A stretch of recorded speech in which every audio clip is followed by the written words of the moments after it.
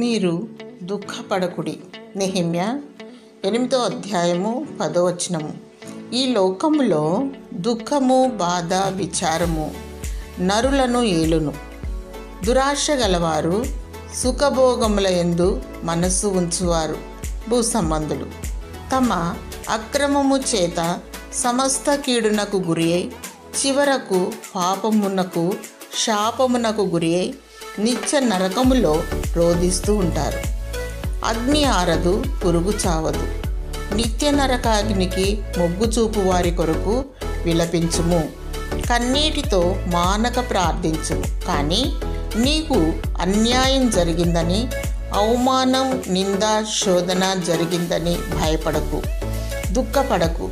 సంతోషించి గంతులు వేయము. నిన్ను ఆదరించువాడు ప్రభువైన యేసుక్రీస్తు. నీ విడుదల సమీపించి ఉన్నది.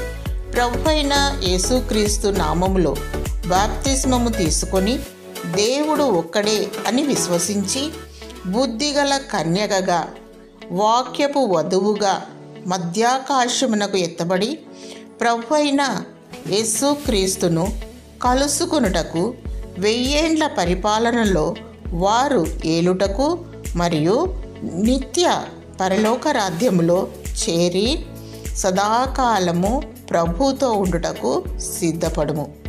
స్తుతి, ఆరాధన, ప్రార్థన, వాక్యము కలిగి మెలకుగా ఉండుము.